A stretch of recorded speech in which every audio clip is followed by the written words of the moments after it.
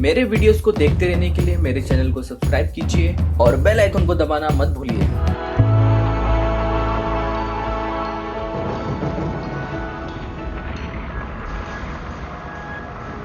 Dark season 3 episode number 5। Episode के शुरुआत में हमें पहले वाले वर्ल्ड का सीन दिखाया जाता है जहां पर टाइमलाइन है 2019 का, जहां पर क्लोडिया अपनी बेटी रेजिना को दफना रही है। एपिसोड नंबर 3 में रेजिना को क्लोडिया के कहने पर ट्रॉन्टे ने मार दिया था। उसी सीन में हमें एक टाइम पे दोनों वर्ल्ड के रेजिना की कब्र दिखाई जाती है। मतलब ये तो तय है, टाइमलाइन कौन सी भी हो, वर्ल्ड कौन सा भी हो, रेजिना को तो मरना ही है। डार्क के इंट्रो के बाद हमें ले जाया जाता है 2053 में, जहाँ पे शार्लेट एडम से बात कर रही है।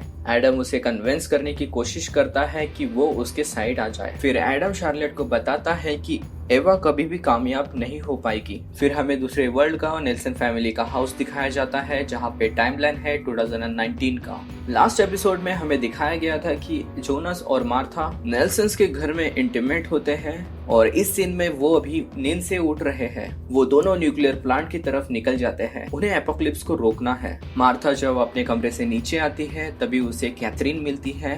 कैथरीन उसकी बहुत ही ज्यादा चिंता करती है क्योंकि वो रात भर से ही घर से बाहर थी। मार्था कैथरीन को हग करती है और बोलती है कि मुझे जाना ही होगा। शायद कैथरीन और मार्था की ये आखिरी मुलाकात होगी और फिर मार्था वहाँ से न्यूक्लियर प्लांट की तरफ निकल जाती है। दूसरी तरफ हमें फर्स्ट वर्ल्ड में लेके जाया जाता है जहाँ पे टाइमलाइन है 1987 की, जहाँ पे कैथरीन अपने हस्बैंड उल्रिक को मेंटल हॉस्पिटल से भगा ले जाने की बात करती है। कैथरीन कहती है कि वो अपने मदर की कार्ड को यूज करके रात 10 बजे उसे यहाँ से निकाल ले जाएगी। आगे वो कहती है कि हम अपने साथ मिकेल को भी लेके जाएंगे। इस सीन में हम अगर उल्रिक के फेस को देखो तो वो ज्यादा एंथुसियास्टिक नहीं लग रहा इस प्लान को लेकर। शायद उसे पता है कि कतरीना नाकामयाब हो जाएगी। शायद कतरीना का नाकामयाब होना वो तय ही है क्योंकि फ्यूचर में जो होना था वो तो हो ही चुका है। फिर हमें उसी टाइमलाइन में लेके जाया जाता है एच थनोस के क्लॉक शॉप में, जहाँ पे शार्लेट आती है और एच थनोस को वो पूछती है कि क्या टाइम को रिवाइंड किया जा सकता है। एच थनोस उसे जवाब तो नहीं देता पर उसे बताता है कि तुम अभी बड़ी हो चुकी हो। थनोस उसे एक तस्वीर देता है और बताता है कि ये मेरे बेटे, बहू और ग्रैंड डॉटर की तस्वीर है और फिर उसे बताता है कि शार्लेट उसकी ग्रैंड डॉटर नहीं है। शार्लेट को 2 स्ट्रेंजर औरतों ने उसे थनोस को दिया था जिस दिन उसके बेटे और बहू की एक्सीडेंट में मौत हो जाती है। थनोस आके बताता है कि शार्लेट के साथ उसको ये वॉच भी मिली थी। ये वॉच वही है जो हमें कई बार दिखाई गई थी पिछले एपिसोड में। ये वॉच बूढ़े थनोस के पिता के पास थी। ये बातें सुनकर शार्लेट वहां से चली जाती है। फिर हमें इसी वर्ल्ड का फ्यूचर का सीन दिखाया जाता है जहां पर टाइमलाइन है 2019। क्लोडिया अपने बेटी रेजिना को दफनाकर वापस पुलिस स्टेशन की बिल्डिंग में आती है। आपको बता दूं कि जब से एपोक्लिप्स हुआ है तब से क्लोडिया और रेजिना पुलिस डिपार्टमेंट की टूटी फूटी बिल्डिंग में रहते थे। क्लोडिया अंदर जाती है तब उसे एहसास होता है कि अंदर कोई और मौजूद है। तब हमें पता चलता है कि दूसरी वर्ल्ड की क्लोडिया उससे मिलने आई है। उसी टाइमलाइन में आगे हमें एलिजाबेथ और पीटर को दिखाया जाता है। वो दोनों न्यूक्लियर प्लांट की तरफ जा रहे हैं। शायद पीटर अभी भी शार्लेट को ढूंढने की कोशिश कर रहा है। एलिजाबेथ रुक जाती है।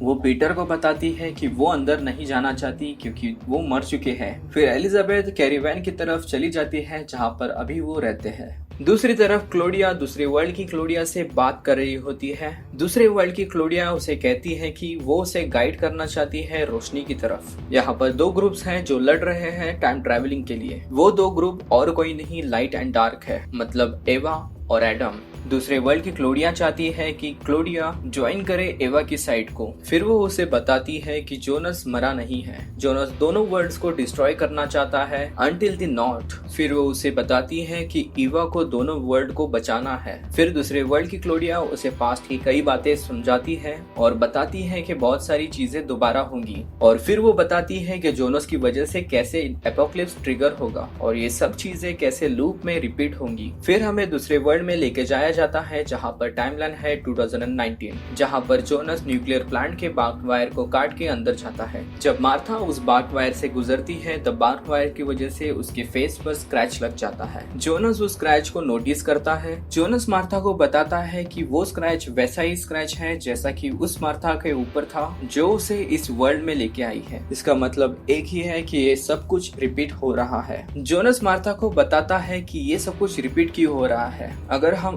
एपोकलिप्स को रोक रहे हैं तो ये सब कुछ रिपीट नहीं होना चाहिए। जोनस को एवा के ऊपर शक होता है। उसे लगता है कि एवा चाहती है कि एपोकलिप्स हो सकता है कि हम ही हो जो इस वर्ल्ड में एपोकलिप्स को ट्रिगर करे। फिर जोनस कहता है कि पहले उसे ईवा से बात करनी चाहिए। फिर बाद में नेक्स्ट सीन फर्स्ट वर्ल्ड का होता है, जहाँ पर टाइमलाइन है 1987 की, जहाँ पर हमें शार्लेट दिखाई जाती है जो कि अकेले ही बस स्टॉप पर बैठी हुई है। एक बस आती है और वहाँ से एक लड़का नीचे उतरता है। वो लड़का शार्लेट को विंडन का पता पूछता है। उसके जवाब में शार्लेट बताती है कि विंडन एक ब्लैक होल की तरह है, अगर तुम एक बार घुस गए तो वापस नहीं निकल पाओगे। वो लड़का उसके पास वाली सीट में जाके बैठ जाता है। शार्लेट उसे पूछती है कि विंडन में तुम क्यों आए हो। वो लड़का उसे बताता है कि कुछ दिन पहले ही मेरी मदर की डेथ हो गई। उसके मदर के मरने से पहले उसने उसे उसके फादर के बारे में बताया जो कि विंडन में रहते हैं। कुछ दिनों पहले उसे पता भी नहीं था कि उसके फादर है भी या नहीं। शार्लेट उसे पूछती है कि क्या ये पॉसिबल है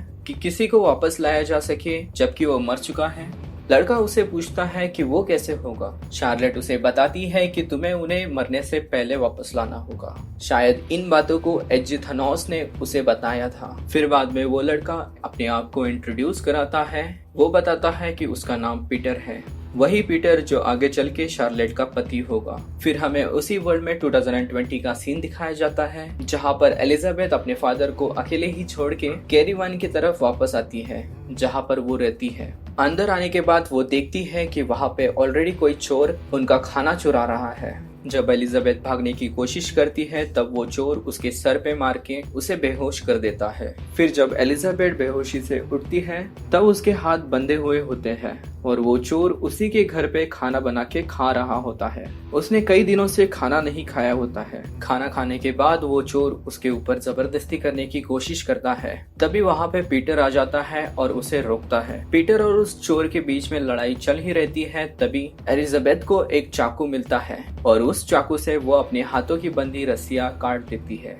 एलिजाबेथ चाकू लेके उस चोर को मारने जाती है पर वो चोर उसे मार के गिरा देता है और फिर उसी चाकू से वो पीटर को मार देता है। उसके बाद एलिजाबेथ उस चोर को फायर एक्सटिंग्विशर से मारती है और उस चोर को खत्म कर देती है। फिर हमें उसी वर्ल्ड में 2053 का टाइमलाइन दिखाया जाता है, जहां पर एडम एलिजाबेथ और शार्लेट को कहीं भेज रहा है। फिर हमें फिर से 2020 का सीन दिखाया जाता है, जहां पर दूसरे वर्ल्ड की क्लोडिया से बात कर रही है। दूसरे वर्ल्ड की क्लोडिया कहती है कि एडम को वो नॉट नहीं खोलनी चाहिए और तुम्हें लीड करना होगा जोनस, एलिजाबेथ और नोआ को, और उसे एक डायरी दे देती है। इस वर्ल्ड की क्लोडिया कुछ समझ नहीं पाती कि उसे क्या करना होगा। दूसरे वर्ल्ड की क्लोडिया कहती है कि तुम्हें वही करना होगा जो कुछ हो चुका है। तुम्हें सब कुछ मेंटेन रखना होगा ताकि नॉट सलामत रह सके, जैसे कि मैं अपने वर्ल्ड में करूंगी। आखिर में वो कहती है कि तुम्हें जोनस को गाइड करना होगा और फिर बाद में उसी को हराना भी होगा।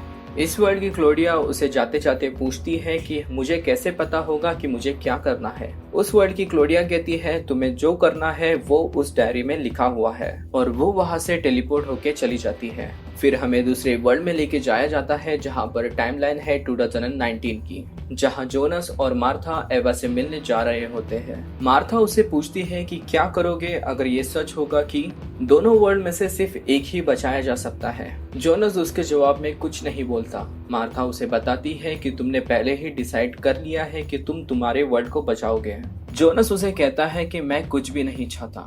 फिर वो उसे कहता है कि मैं यहाँ पे नहीं होना चाहिए था। फिर मार्था उसे किस करती है और गुफा की ओर बढ़ती है। फिर हमें पहले वाले वर्ल्ड का सीन दिखाया जाता है, जहाँ पर टाइमलाइन है 1987 की, जहाँ पर हेलेना एल्बर्ट अपनी मेंटल हॉस्पिटल की ड्यूटी पूरी करके अपने घर पे जा रही होती है। कैटरीना उसका पीछा कर रही होती है। हेलेना जब उसे पूछती है तो कैटरीना बताती है कि उसे की कार्ड चाहिए। की कार्ड को इस्तेमाल करके वो उल्रिक को वहाँ से भगाने वाली थी, जैसा कि हमें पहले भी दिखाया गया था। हेलेना और कैटरीना के बीच में झड़प होती है। कैटरीना उसे पत्थर से मारती है और हेलेना थोड़ी सी बेहोश हो जाती है। कैटरीना उसकी बैग को लेकर उसके अंदर की कार्ड को ढूंढती है। तभी हेलेना उसे पीछे से पत्थर से मारती है और तब तक मारती है जब तक कैटरीना मर नहीं जाती। इस बीच हेलेना के गले का लॉकेट वहाँ पे गिर जाता है लेक के पास, जो कि उसी जगह पे फ्यूचर में मार्था को मिलेगा।